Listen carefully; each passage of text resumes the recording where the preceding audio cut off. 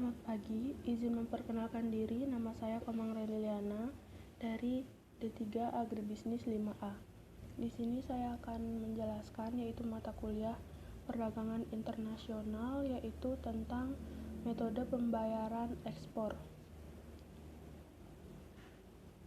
Nah, langsung saja, metode pembayaran ekspor ada 4 bagian, yaitu yang pertama ada advance payment, cash with order, pembayaran langsung kepada eksportir sebelum barang yang dipesan dikirim.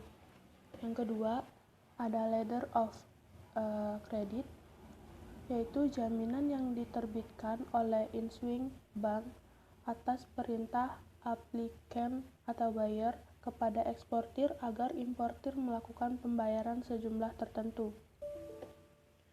Kemudian yang ketiga ada open account, barang dikirim terlebih dahulu oleh eksportir dan pembayaran dilakukan setelah importir menerima barang tersebut. Yang terakhir ada consignment atau konsinyasi, pengiriman barang kepada perantara atau importir yang akan menjual barang tersebut kepada final buyer. Kepemilikan barang tetap milik eksportir sampai barang tersebut terjual. Kemudian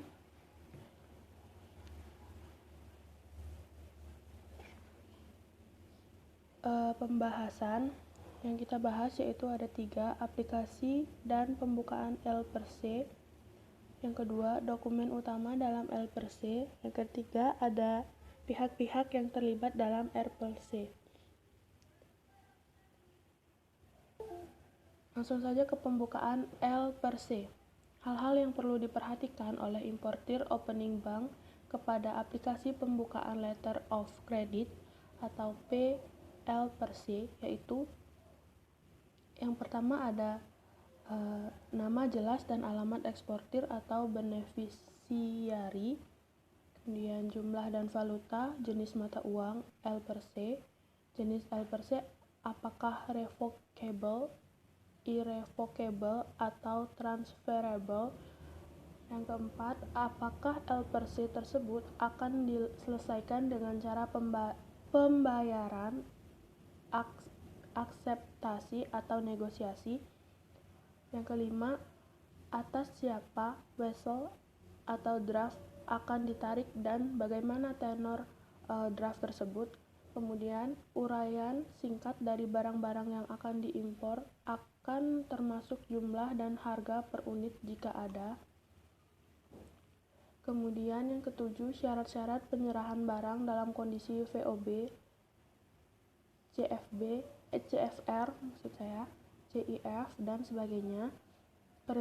Perincian dokumen-dokumen yang diminta, nama pelabuhan pemuat dan pelabuhan tujuan, transshipment atau pindah kapal diperbolehkan atau tidak, pengapalan sebagian-sebagian partial shipment diperbolehkan atau tidak, tanggal pengapalan terakhir, last shipment, tanggal jatuh tempo L/C, expiry date.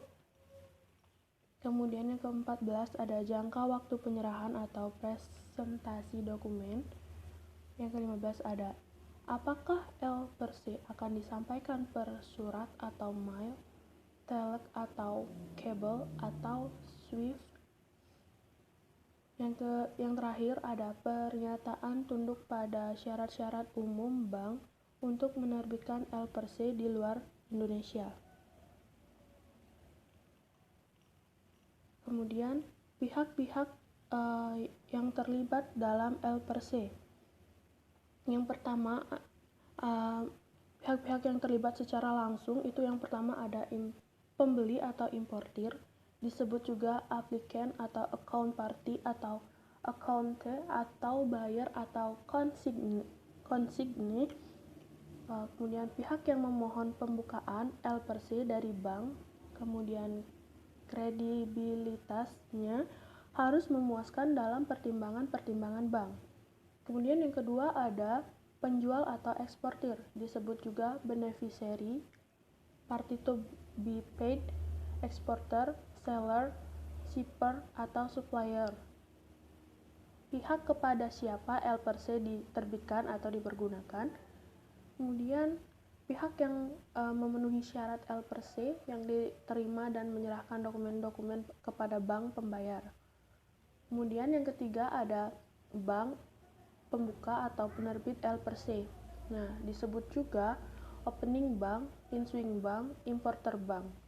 Nah, bank pembeli yang membuka atau menerbitkan L per se kepada beneficiary biasanya dimulai perantara bank di negara beneficiary.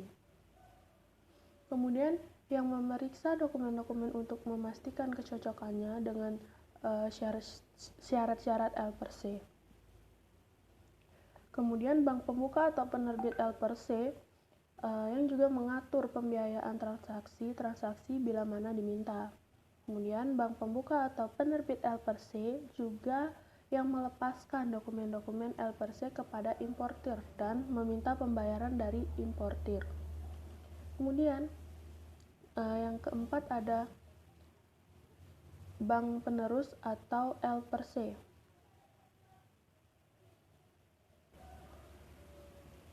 Bank penerus atau L per se. Nah, bank penerus atau L per se ini disebut juga advising bank, seller bank, foreign correspondent bank. Nah, bank penerus L per se ini bank yang memberitahukan atau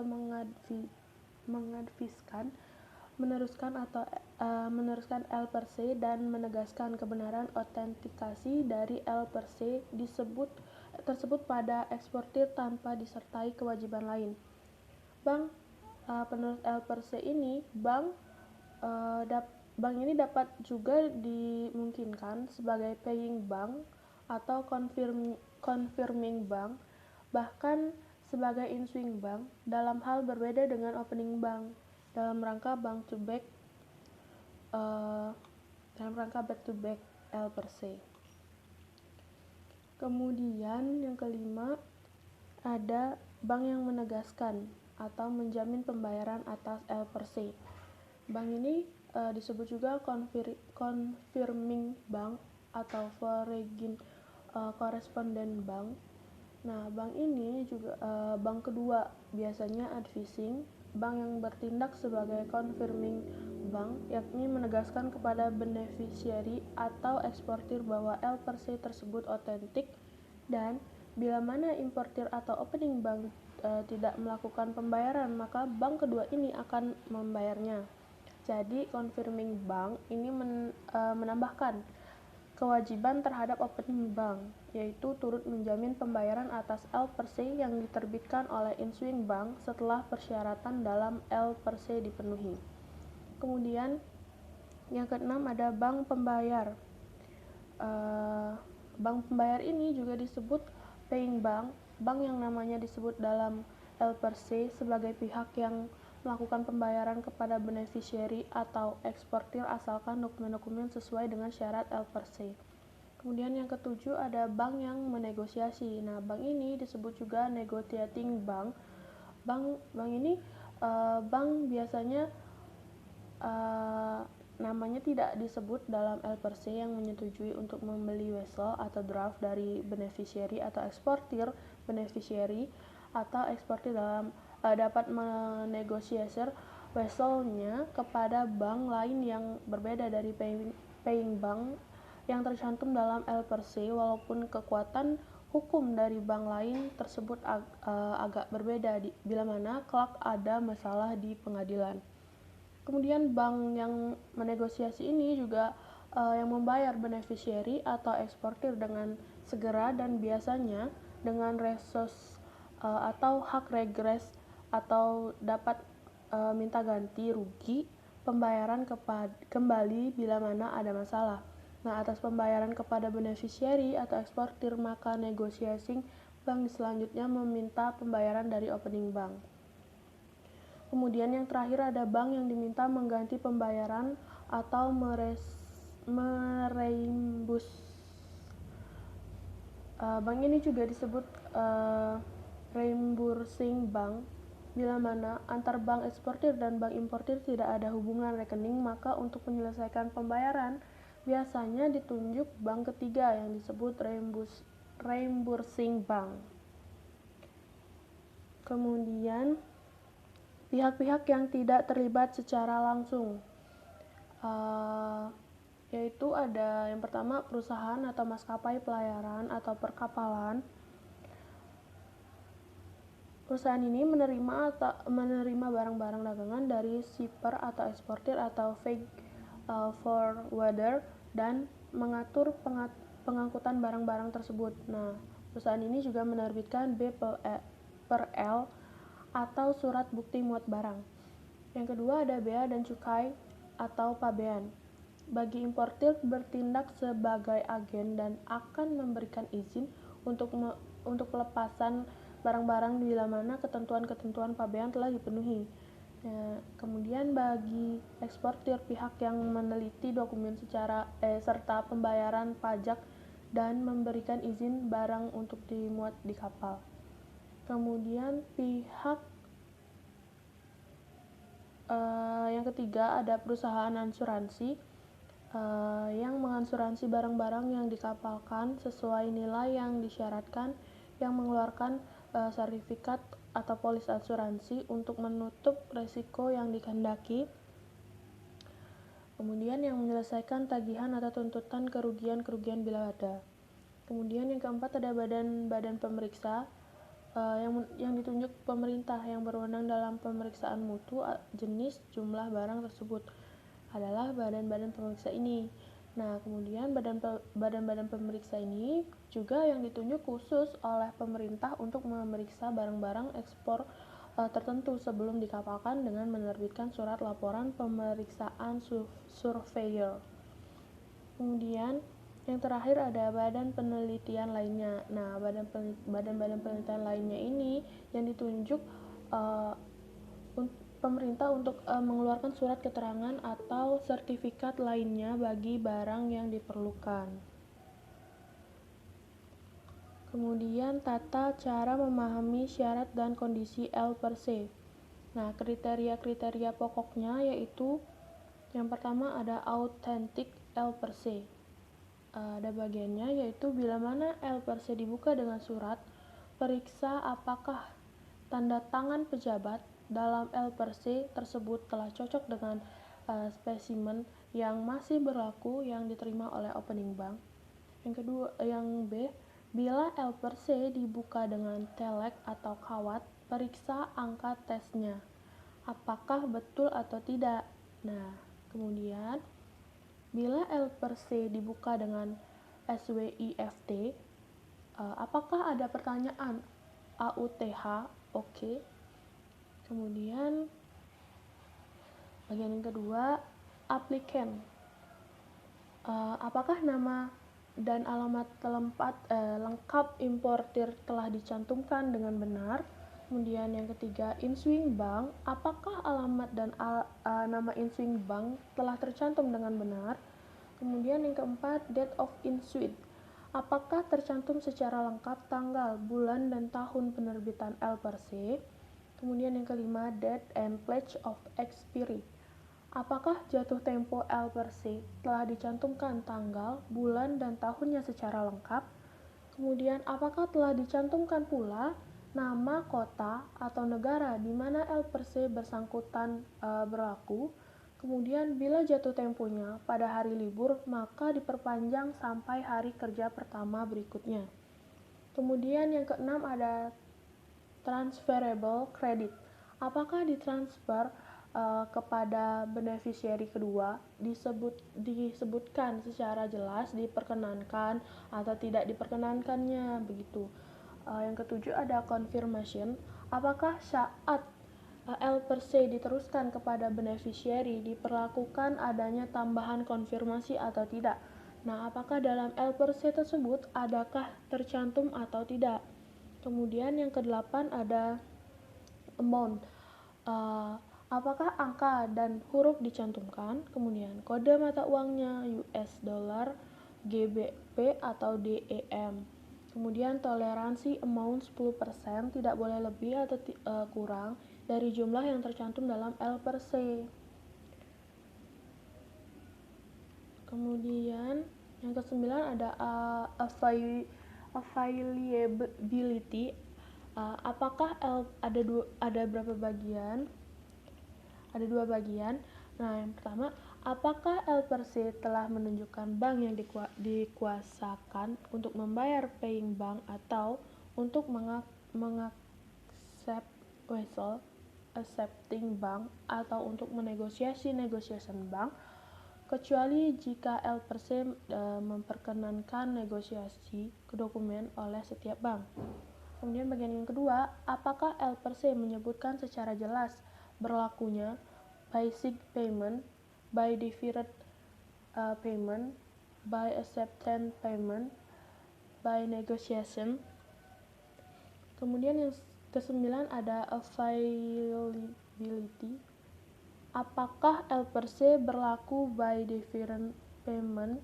Apakah telah dicantumkan bagaimana dan kapan jatuh tempo pembayaran, misalnya 30 day after date of shipment,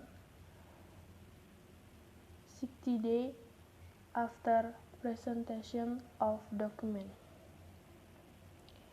Kemudian apabila L per se berlaku by acceptance, apakah L per se telah mensyaratkan minta draft yang ditarik atas bank yang disebutkan, dan kapankah jatuh tempo wesel berjangka dengan ditarik itu, misalnya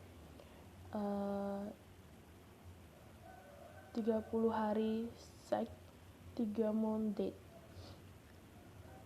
Yang selanjutnya, apabila L per se berlaku negotiation, ada dua jenis L per se by negotiation, yaitu resisted negotiation, terbatas pada bank yang disebut, and unrestricted freely negotiable credit at any bank.